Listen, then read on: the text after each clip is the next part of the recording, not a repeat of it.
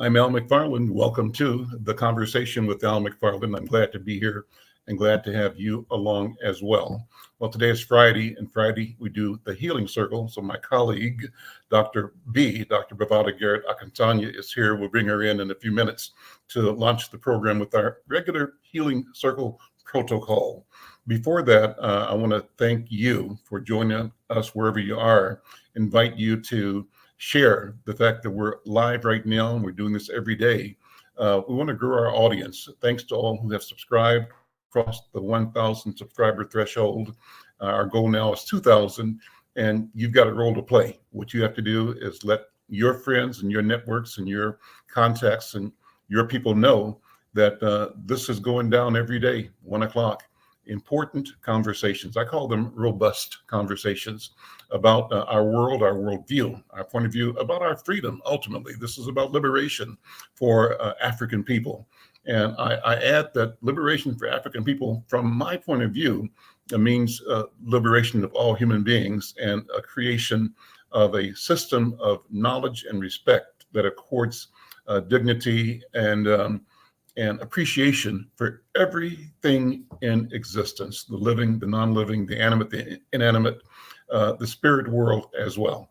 Well, I want to thank our sponsors as well. As first, we have a sponsor, Minnesota Housing. Thank them for supporting the show. And if you have a company or organization that wants to support this work, we welcome you. Just reach out to us at Insight News, and we'll bring you into the sponsorship arena as well. Well, last thing, subscribe. Tell your friends, tell your relatives that we're doing great work. We're thinking about, we haven't got it locked down yet, but I'll put it out there. I'm declaring that the week of May 19th to May 26th, that's about a Sunday to a Sunday, I believe. I'm going to call that George Floyd week. We know that May 25th was the day George Floyd was murdered, and I believe it's one of the days that changed and that is changing the world. We want to acknowledge the event, what happened on May 25th, what happened. I'm going to spend a week doing that. So from Monday through Friday and possibly on Saturday the 25th, we're doing special broadcasts. Our intent, our desire, not finalized yet, is to do the live stream live from George Floyd Square in South Minneapolis. And what we're going to do is connect with people all over planet Earth. We know that the witness that the world provided, that the world received through the genius and the bravery of a young Black woman who recorded the 10 minutes or so of the taking of George Floyd's life. That is a transformative event, and people around the world reacted to it. Some with sadness, obviously, most with sadness, but also with anger at systems that routinely and with impunity take, destroy, eliminate lives in general, Black lives in particular. And so we want to sit deeply with that the entire week of May 19th through about May 25th. We're calling that George Floyd Week, George Floyd Day being May 25th. And we want to invite you to weigh in. If you got some ideas, suggestions, people we should talk to during that week, we'd love to have those. Send us a note. Reach out to Cooper at insightnews.com with your suggestions, and we'll go from there.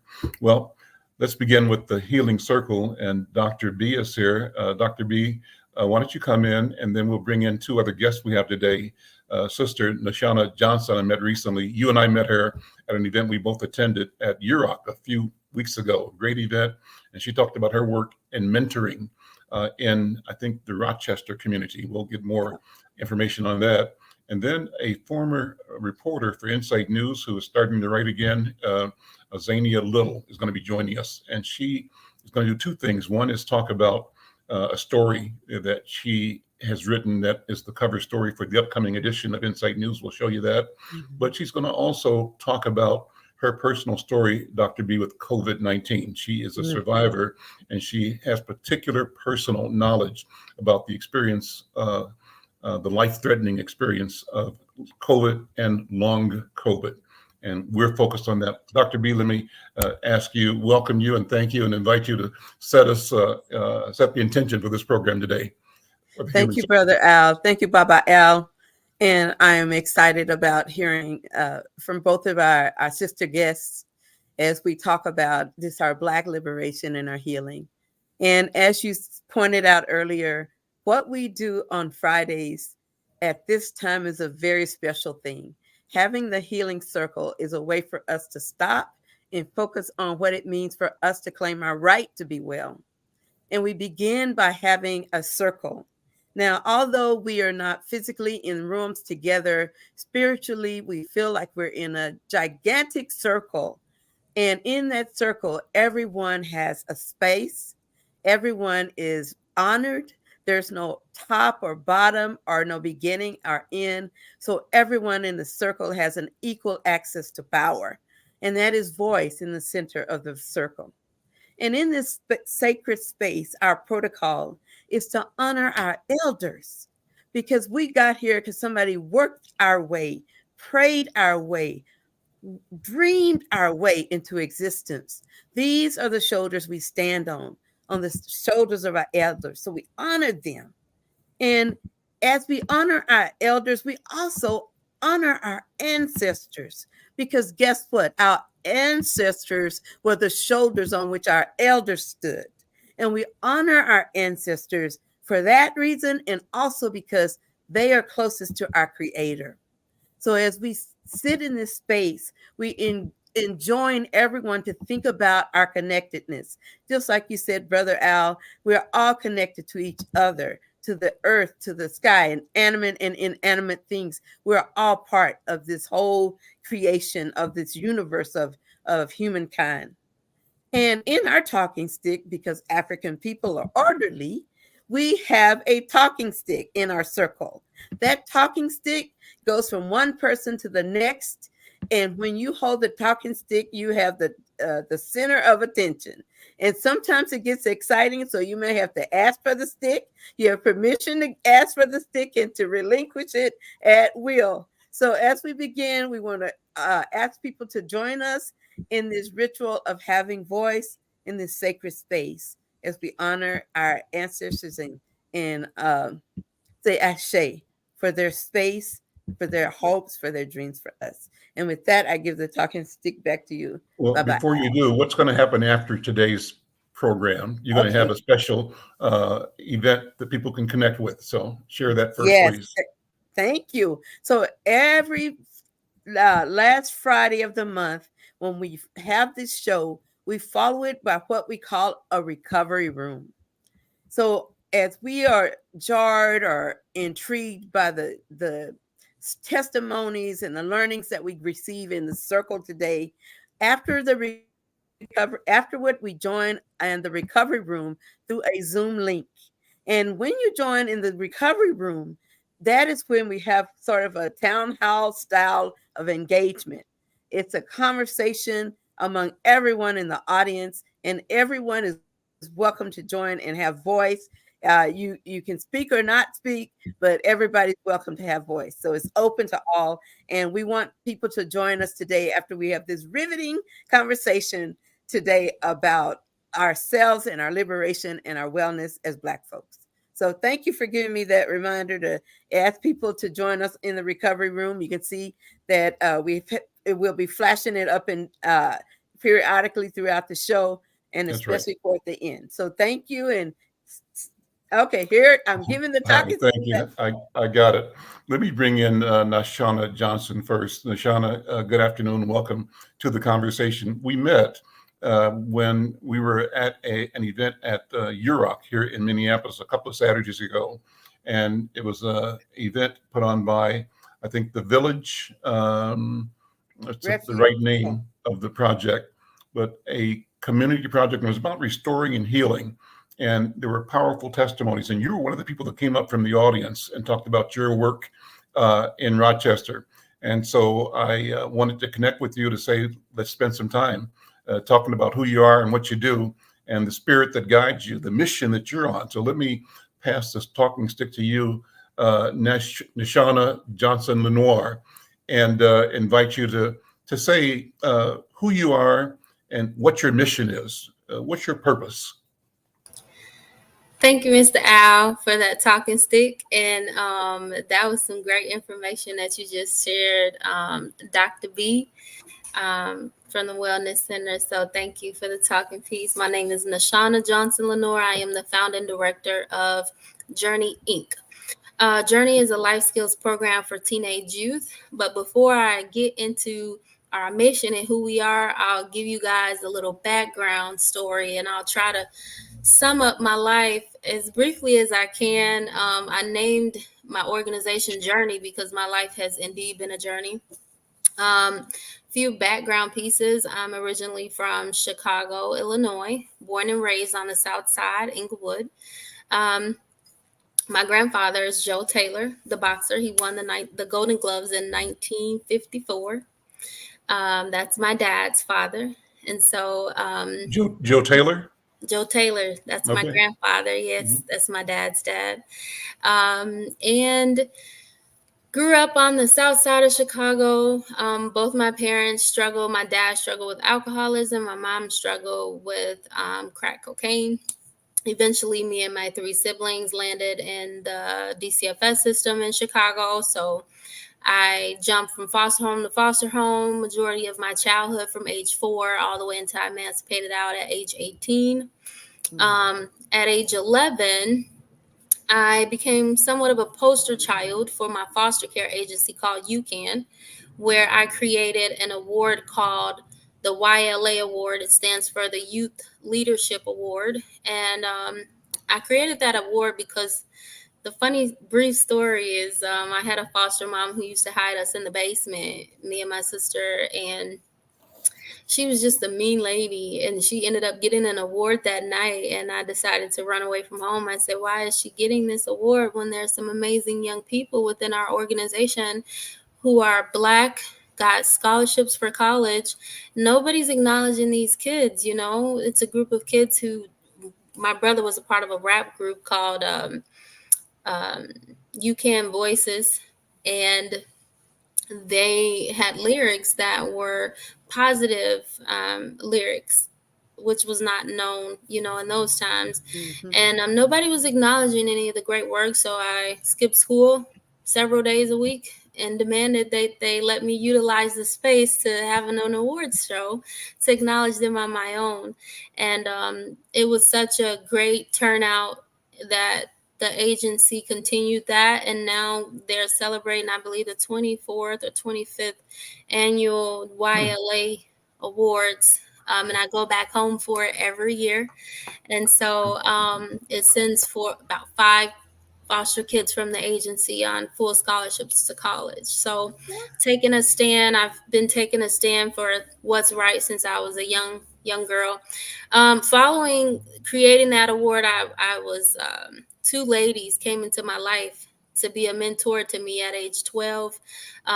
One of the ladies worked for the Chicago Sun-Times newspaper, and the other lady was the promotions manager for Ebony and Jet magazine. And those 2 Black women came into my life at 12 years old and was such a positive impact that look at what I've turned out to today. That just goes to show that having that involvement in positive people and young people's lives, it really makes a difference. But long story short, that mentor of mine connected me with another lady from the Chicago Defender newspaper, where I became the youngest writer for the Chicago Defender newspaper, writing for the Bud Billiken news column.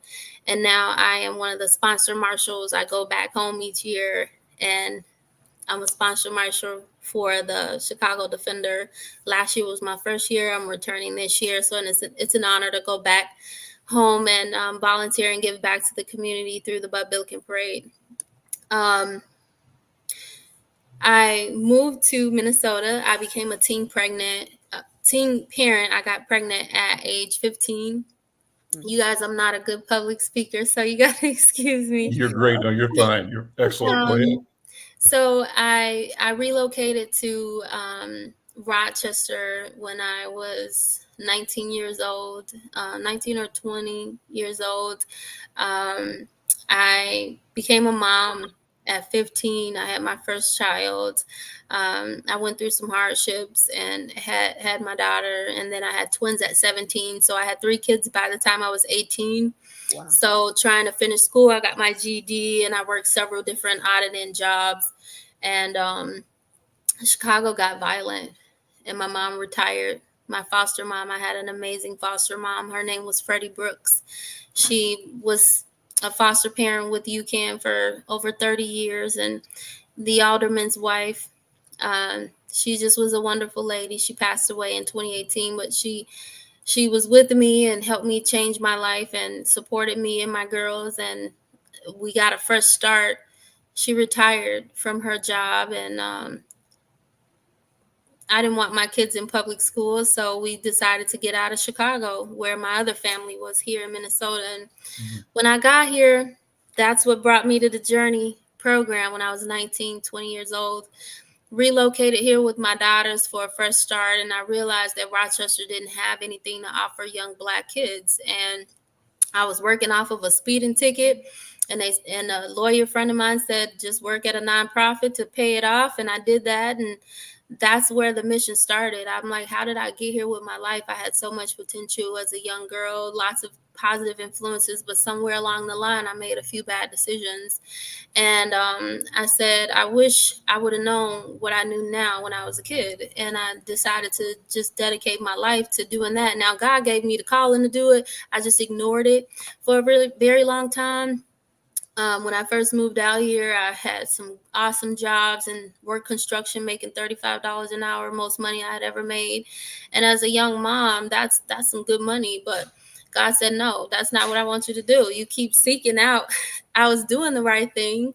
I was staying on the right track, but I was not following the mission that God had on my life. And so every time I would do the journey work, like building the business plan and doing stuff, it was hard, and I would go back to work. But long story short, I went on and did it after falling out on a construction site and asking God to save my life. And I'm going to listen to him this time. And I did. And he said, I'm going to open up doors for you. And from there, the Journey Project was born. So Journey is an 8 steps to promotion workshop, and is designed for, our mission is to improve the lives of at-risk youth.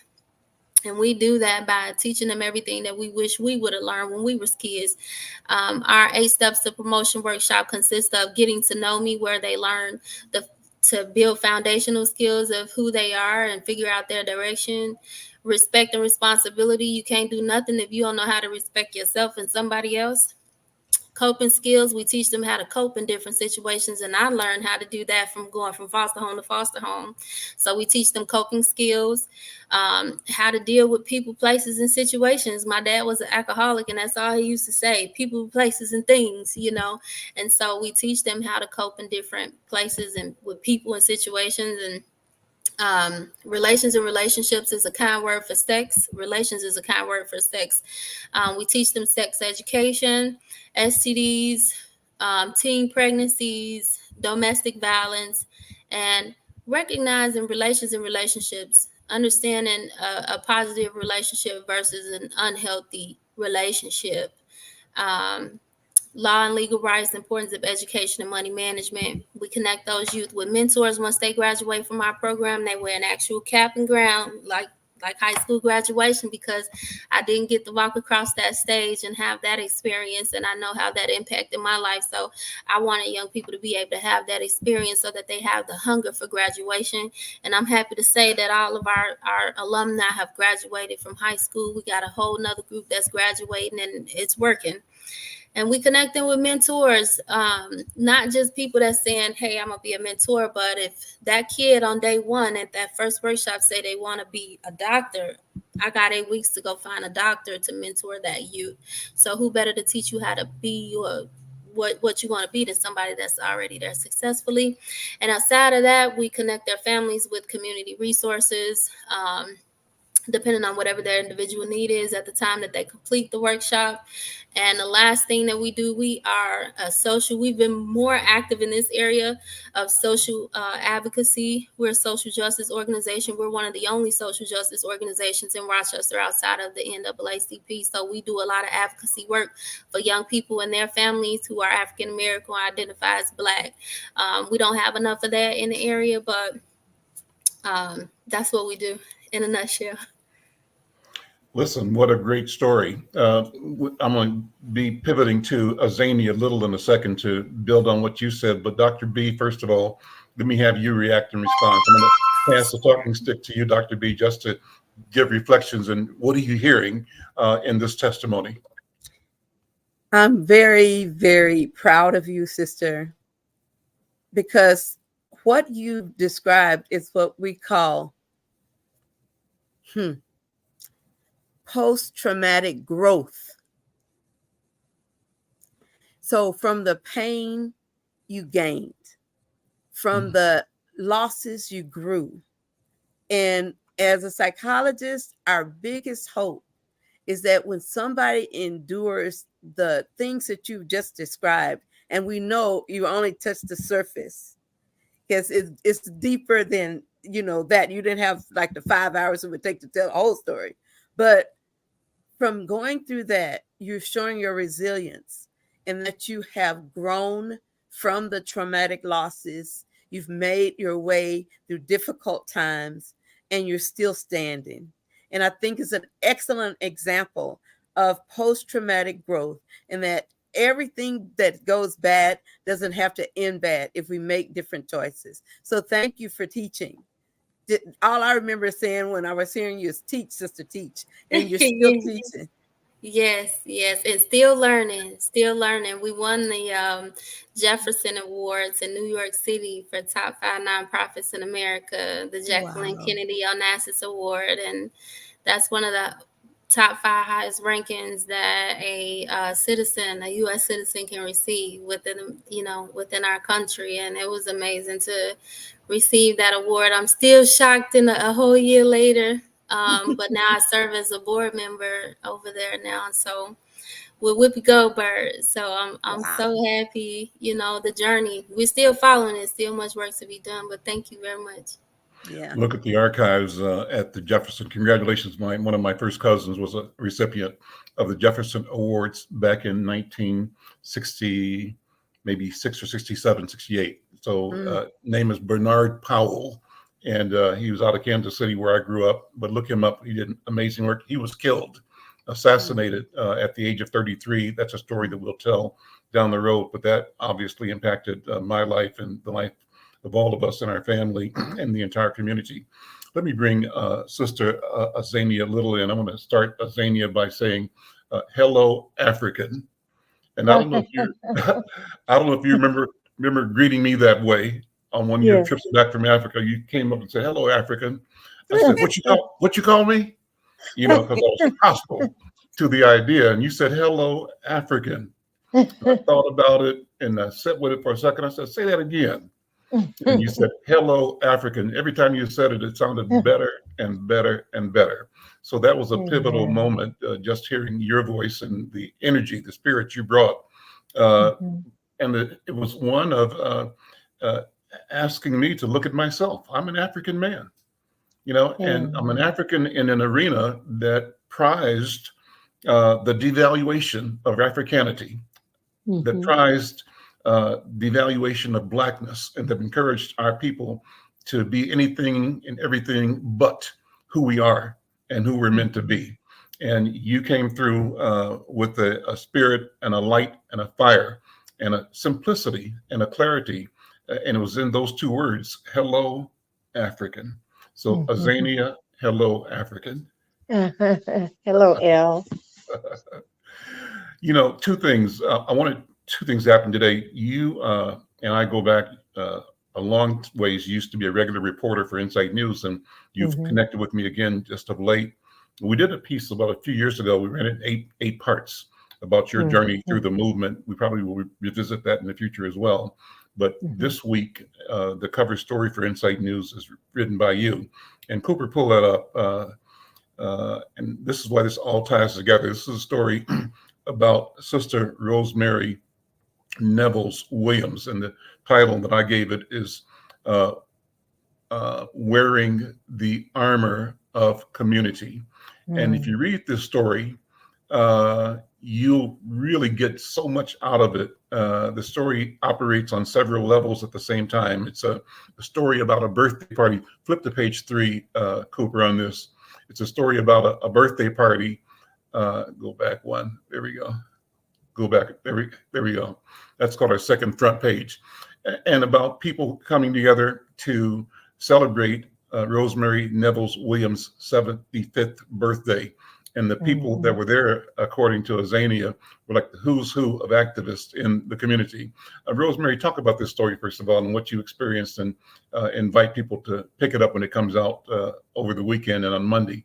But what was the story about, and what lessons do you think people should learn from the story that you pulled together on this event? Well, before I go into that, Elle, I have to say a couple of things. First Sure. of all, thank you. Can you hear me okay? Yes, I can, perfectly. Okay, I want to just first of all say thank you. Just in terms of you helped me to really identify who I was as a writer, and in terms of giving me opportunities to discover that I'm not a 100-word writer or a 200-word writer, that I was basically a feature writer, and you allowed for me to do that. So thank you. And the second thing I need to say is that, yes, I did say hello African, but it's only because of people that mentored me, like Kwame Ture, Stokely Carmichael. We were in the same organization, and a brother named Mukasa, whose name was formerly Willie Ricks. So I can't, much as I'd like to take credit for that, those are brothers, and then there were sisters too that I was standing on their shoulders. So I came back here to Minnesota, and I just did what the organization was doing. So, but Rosemary's birthday party was something I had never experienced before. It was a gathering of people that were activists in the community, people that were movers and shakers in the community, but equally as profound was, you know, just to give you a background on Rosemary, Rosemary buried her only son. And part of the reason that this was so challenging for me is that I had not been living in Minnesota. I had, for a period of time, I had moved to Africa, and then I moved to Washington State. And so Rosemary and I were friends, and her daughter is my goddaughter, but I had not seen anyone of them for about 30 years. I had not, the last time I saw Rosemary, she had her little boy, Tyrone. He was always by her side. She came to our events. We worked at Phyllis Wheatley together. So that in itself was very emotional for me. But on top of that was seeing the women that Rosemary mentored, and these were all women who had buried their children by state troopers, police officers. And Rosemary, in the article, I talked about how what made her what gave her the ability to survive was she allowed for the community to rally around her. And then she got to a point, which is at her birthday party, and she said, let's dance. So to be 75, I'm right behind her in my 70s. That's not only sometimes it can be really physically hard to be able to do that in your 70s, but it more importantly is the emotional piece that it was clear to everyone around her that she was free. Mm-hmm. You know, because sometimes those of us in the community, we toss the word around freedom lightly. And not only in the activist community, but also in the church. Who the Son has set free is free indeed. You know, but it's a whole, I mean, you could say those words, but are you really free? Rosemary is free. Mm-hmm. And as a result of her being free, I would say at one point, maybe there were 300 people there, at the highest Mm-hmm. point. She made everybody around her free. I mean, liberated in their mind. And just to give you a snapshot of what that looked like, one of the women who I don't know if it's appropriate to mention her name, so I'm not going to, but she's high profile in the news, and she was sitting at the head table with Rosemary, and literally she was having a really difficult time, and she leaned her head on Rosemary and very openly wept. She was You very should mention comfortable with. that's in the story. You should mention it. You should tell that story. Tell that. That's the mom. Well, first of all, I was there with a photographer named Steve Ozone, who is just a phenomenal photographer. I found it just amazing and an honor to have him, say that he would do the pictures. But he did a picture of this young lady leaning on Rosemary. So I went to Rosemary, and Rosemary explained who she was. And so when I went to greet her, she just started crying. And you used to go into these functions, and people, they have their mask on. Sometimes just, life is life, and so just sometimes to protect yourself. But here's someone that she was very comfortable with her pain and her loss, and she just started crying. And at that moment, it was very disarming to me.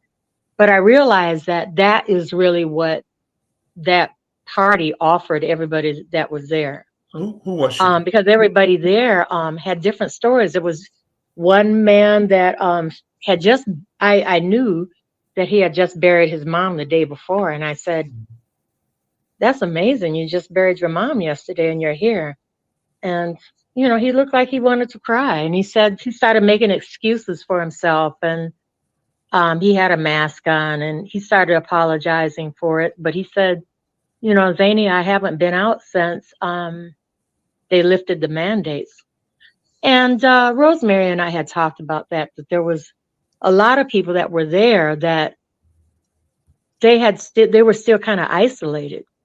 So to come out on this level and to be told they could be free, they could dance. If you want to, you can cry, which some people did. I met women there that when I left, I decided that these are really my heroes, because I was used to heroes being, in my entire life, heroes were always men.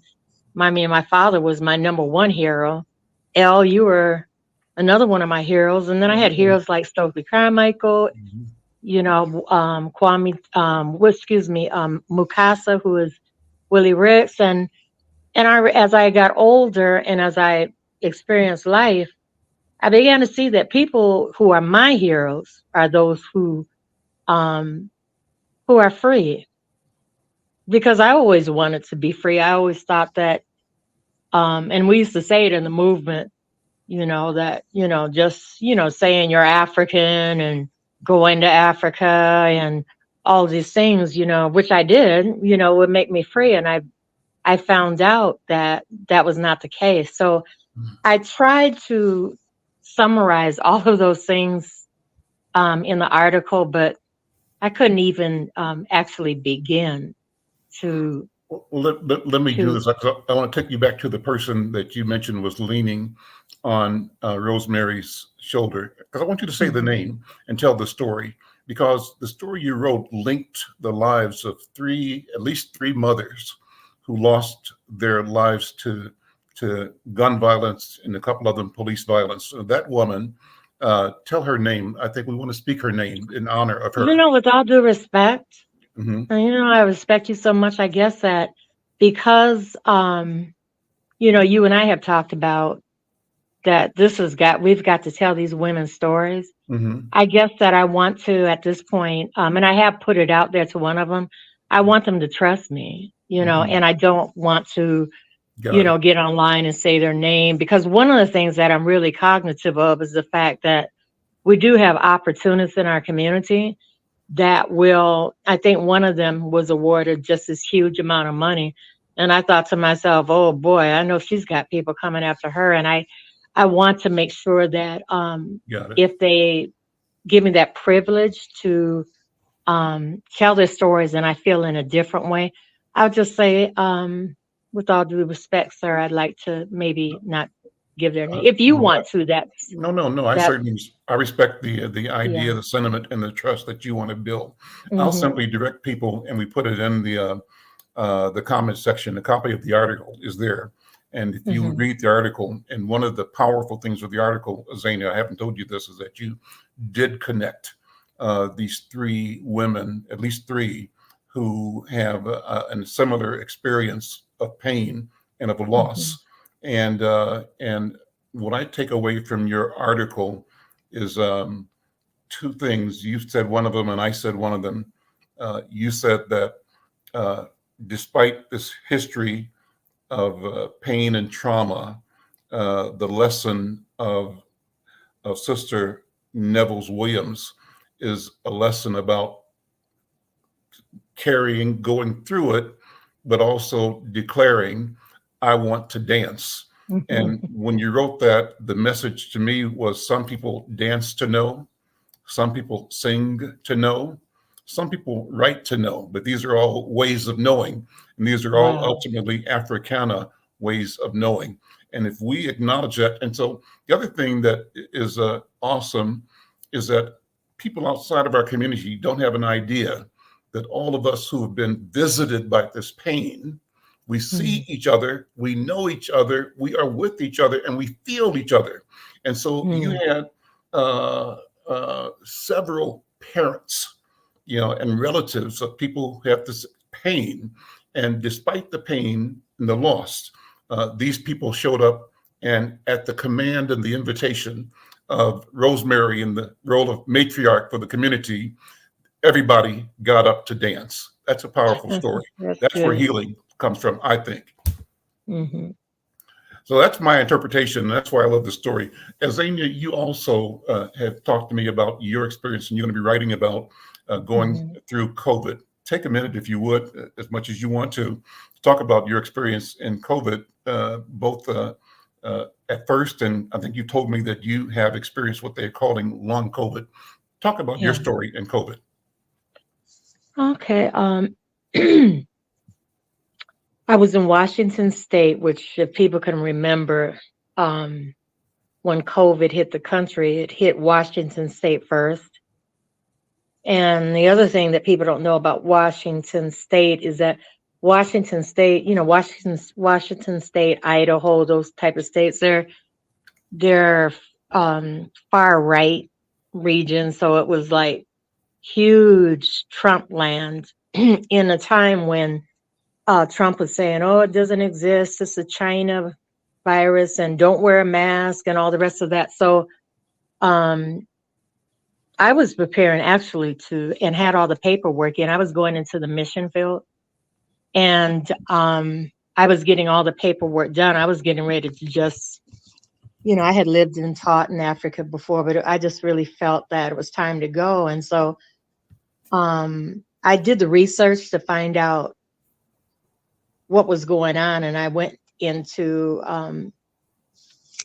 the China news at that time, and I saw that they were wearing masks, and I saw they were wearing gloves. So I thought that basically if I wear the gloves and the mask that I would be fine, because I was trying to be well so I could leave the country. And that's when I started to get sick. And if just to refresh people's memory, Washington is a state that there was this nursing home that became like a petri dish, and I think something like 40 people died. That's before they were telling people to put masks on. By the way, it was right by Microsoft's international headquarters. Mm. So despite my efforts, I started to get sick, and I just thought it was the flu. And so I just got in the bed, and I thought, well, I'll just sleep this off because I was real tired.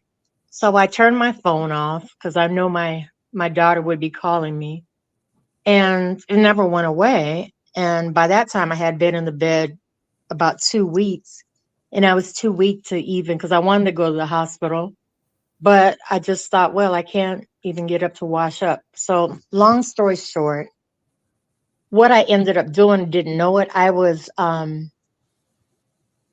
that period where they can actually pick up the virus in you. I was doing it at home. And by the time I did get in somewhere, my daughter ended up flying out to Washington to find out what was going on. Then I kept testing negative. So they didn't know what was wrong with me. At one point, they were talking about doing surgery, and I kept going back to the hospital. I kept getting sick. And my daughter said, "Mom, you've got to come home." My mom, by the way, had died of COVID. The good part is that she was 92, but she died from the effects of COVID, and I was sick and couldn't go to her funeral. So that's kind of compounded things in terms of not being able to have closure with my mom. So I ended up coming home and still had not gotten home, being here in Minnesota. And I stayed with my daughter, and I just kept getting sick. I mean, I would have these periods in between getting sick where I was well, and I would be like, "Oh, glad that's over." And then I would start doing my regular thing, and then I'd crash again. So finally, one day, my foot started swelling up, and I kept trying to hide it from my daughter because she was a big advocate of something's wrong, go to the doctor. But it started to get so big, my daughter said, I'm getting ready to take you to the emergency room. Well, that ended up being a blood clot to my lung, which they call pulmonary embolism. And that's when they caught that I had COVID. So try to condense things. There is no test where they can take and definitively say, yes, you have post-COVID. But there's people like the Mayo Clinic, and there's some other places that can pretty muchly, but the pulmonary embolism for them was you definitely, the blood clot is that they've proven that that's, related to it. So I had one incident where I went in the hospital, and I started continually having this, I'm better, and then I'm not better. And 20 times in a period of 2.5 years, between two ICU visits, in emergency rooms and hospitalizations and these rehab places, being in your 70s, pretty much people were saying in the beginning, well, people that are senior citizens are not really making it. They're not really living. And people that have these health problems. Well, I had health problems and I was a senior citizen. So continuing to have these, these issues was, pretty, there was really nothing I can do about it. So at one point, I had such a bad cognitive decline, which I like to just mention that many times in the whole discussion about COVID and post-COVID, they don't mention many of the symptoms because, well, first of all, with the post-COVID, everybody has post-COVID differently. But with COVID, and especially people with post-COVID, there is a severe cognitive decline. So at one point, hospitalization, where my daughter had taken me in, they do a real quick cognitive thing. What's your name? Where you at? What city? I didn't even know my name. And I was embarrassed, but I just kept thinking, well, they said, what city are you in? I didn't even know what city I was in. And so because African Americans are not heard in the first place in a hospital situation, they decided that they did, well, first of all, a lot of hospitals don't know exactly how to treat post-COVID, and they didn't really know how to treat COVID. They decided that that was me, that I have this severe cognitive decline because I don't know my name. And my daughter and I didn't have any training in what to do under certain circumstances, because for the most part, my daughter is my number one support system. So they began to threaten her. I couldn't help her, but they began to threaten her because she's a professional. She's a college professor. And they began to tell her, well, you can't take her home because she's cognitively impaired. And plus, another issue that I used to have, I would fall. I couldn't stand up for long periods of time. And then he had to threaten her, telling her, well, she's a vulnerable adult, and if you take her home because you have stairs, you can be charged. I didn't really know well, even if I knew what was going on, there was nothing that I could particularly do about that. And so what they did, without my consent, and because my daughter didn't have training, I didn't have training, that's where I went. I went to an assisted living facility. And that is where I was there about 7 days. And that is, I guess, the biggest message that I like to give to people that might be having post-COVID and don't know it. Get your fight back. Because when I was sitting in that assisted living and saw people with no legs and in wheelchairs, and I was like, and I was still sick, but I walked over there, and I might have crawled over there to the place that you give notice. And they said, where are you going? And I said, I'm getting out of here.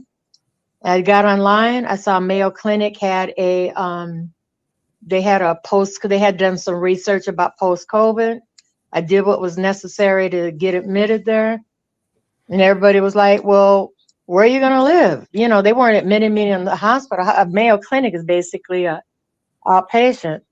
And my daughter, too, was like, Mom, where are you going to live? And I was just like, if I have to sleep under a bridge, I'm getting well. And I guess that I would say to people, and I'm really convinced that there's a lot of people that have post-COVID that don't know it, because I didn't know it, that I want to just encourage you, because it's a long journey. I mean, one of the things that I had was because the vomiting was such a part of who I was, that my esophagus had gotten torn.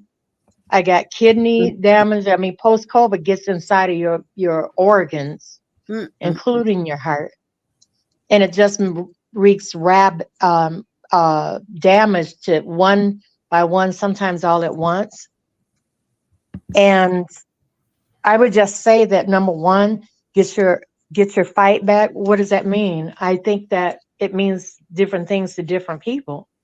For me, it meant that I just needed to remember that, number one, that I was not post-COVID. I was not sick, even though physically I was sick, but I had to say it. I had to say that no matter what it takes, no matter who God is going to use, I'm not going down like this, and that's just, and my daughter was really concerned because my daughter, when I went to Africa to live and to teach, she was with me. And, a lot of people that have adult children know how they get to this point where they try to tell you what to do, which is kind of cute, and you let them just because, it is kind of cute.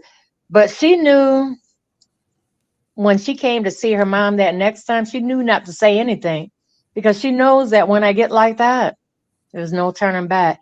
And that's when I began I would say in the very beginning parts of being healed. I just want to speak to people that might have experienced, man, what's wrong? I mean, I'm sick, I'm nauseous, I can't get well, I'm so tired, which is chronic fatigue syndrome is a part of it. Fibromyalgia, where you're just all your joints and your shoulders, your knees. That's right. Everything, it hurts all the time. Migraines, falling. I had all of these, but whoever might be listening and this is for, perhaps you've been to the doctor, and the doctors, how the doctors can look at you like, you keep coming back and they'll look at you like, and they might not say you're nuts, but they can look at you and just not treat you, especially if you're African American or a person of color. That's right. And let me jump in, Azania. Okay. This has been great. I wanted to have both Ms. Shawana and Dr. B give a chance to respond and to build on what you're saying till we pass the circle around, or pass the talking stick around. Dr. B, let me go to you first. I know I've been watching your expressions over the course of Azania's testimony. What are you feeling? What are you thinking? And what lessons are you picking up? Thank you for asking, Brother Al. Sister Azania, as I listen to you in this journey, listen to that, my sister, this journey that we're all on toward healing ourselves and our community. It requires getting your fight on. And sometimes we don't try because we've learned to be helpless. Some of us have tried and failed and failed. And our psychological research tells us that they get to the point that they just feel like nothing I can do can impact change. But when you hold on to your fight, you find that your voice is quickly attached. And you find that you don't have to fight alone. Because when I heard from what I took from what you're saying, I was just connecting it to what I was hearing from Nashana and how two Black women on either end of this bookend, one in her early career, one on the later end of her career, and in the middle are the middle-aged people trying to do what you're doing. I feel like the young people, they got the legs to fight it, and the older people, you got to have the punch. And your punch has to go. You ain't got time to be running. You got to punch. And I think that what I'm hearing here is really a formula for us to address our pain. We can't do it without reaching for our younger people and our babies. We can't do it without listening to our elders. Because there's a Yoruba proverb that says, when you lose an elder, a library burns. So much wisdom you carry, just your inner voice is so rich and wide and beautiful that to me it's inspiring. And I feel like this is a divine appointment right up in here. We got to have this little go back because this is a powerful combo of talking about this devastating disease, and so many Black folks died because of pulmonary embolisms and having that impact of that, and doctors not paying attention. So I'm just glad to see you here. And with that, I'll pass the talking stick to Sister Nashana so that you can say a little something, because we're about to roll out and we got a sponsor to acknowledge. Let me just give you the talking stick, sister. I just want to say, Sister Azania, Mother Africa, it's just an honor just to hear you share your story and words of wisdom, because we don't get to hear too many of our elder these days talk about issues that's so important, like how do you speak up for yourself during medical issues and things like that. Hearing you speak about your experience with long COVID make me just think, should I go get checked out about long COVID? Because I had COVID, and guys, I've had a lot of these symptoms that you're describing. And my doctor gave me the same runaround, how they look at you like, what's something wrong with you? You keep coming back, And that's why advocacy is so important to me. Because when you're doing and going at something by yourself, when you look like us, you don't get no help. We have to go at efforts and things together. So I'm not going to be long-winded, but I just want to say that everything I took from you it was confirmation that I'm on the right path on my journey. Teaching the importance of health and wellness is so important to the African community, especially to young women. Like, how many young women, it's so crazy how they don't know about their reproductive system. They don't know about watching for your period, what herbs to use, and just overall health and wellness for the body. You don't supposed to wait till you reach a certain age to start worrying about your health and taking it seriously. I'm 36 years old, and herbalism, natural remedies. I'm so happy that your daughter, took you home, took you and put you somewhere, and you said, no, I got to get out of here. Not that I don't vouch for Mayo Clinic.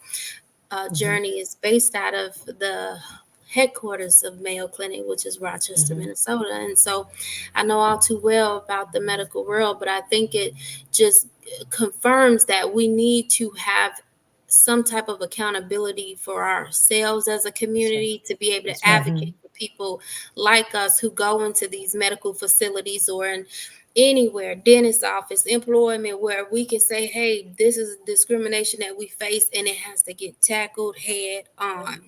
Teach Has now. to There you have go. you know, to do that collectively as a team. And so those are our current efforts that we're working on right now, creating that circle of people so that we can be the new age revolutionaries to focus on knocking down these barriers, one discrimination, one barrier at a time, collectively. So that I'm glad to hear you call yourself a new age revolutionary. I would call Azania a classic revolutionary. She represented the fight and the fierceness and the tenacity of our people seeking freedom and freedom at all costs. Azania, take a couple of minutes if you would. We're almost out of time. Talk about your Africa story. I just remember you going and you said you taught in Africa. Describe what your experiences were in being in Africa.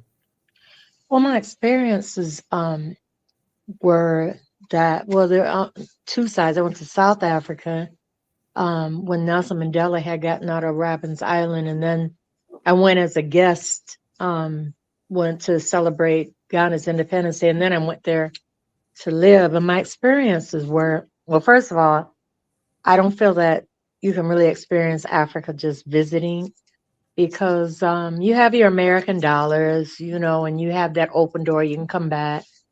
But I really feel that I really experienced it because I was a worker. I got paid, their denomination was cedis then. And when I ran out of my dollars, then I really felt, just the struggle that, Africans have economically. But what I really loved was just the support system that I received when I was at, and that was just available, whether you were a visitor or whether you actually lived there.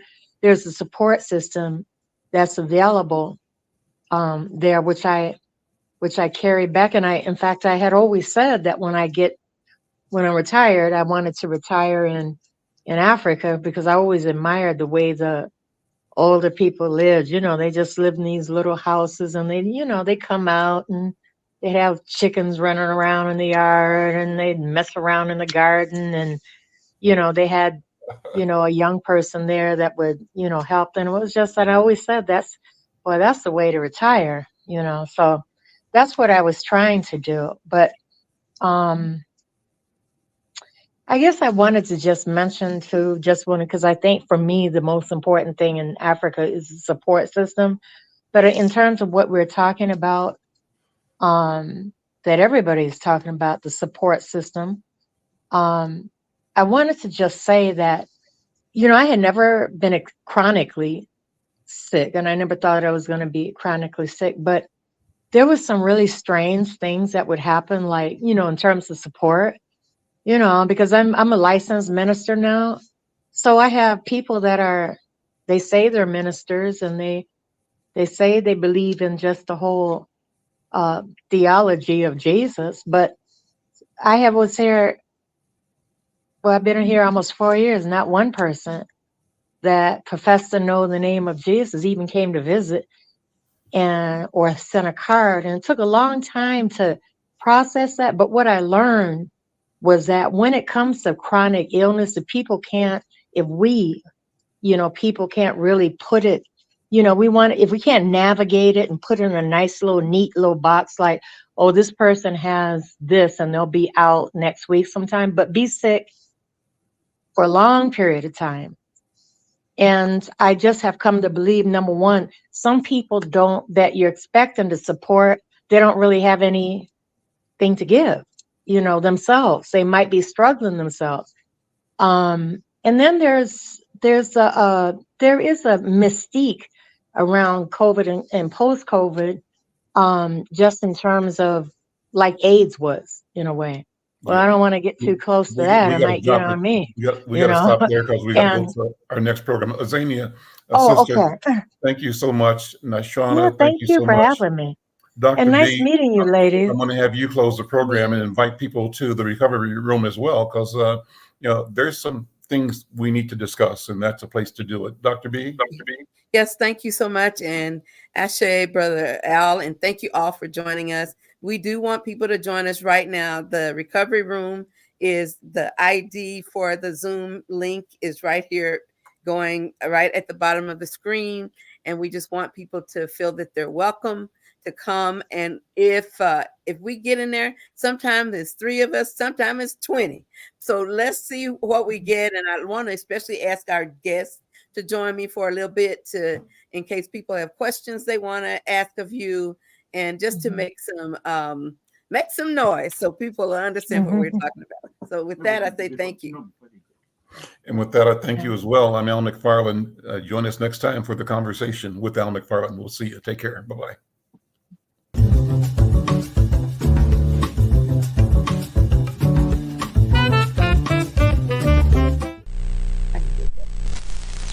But you didn't get to finish that. And I was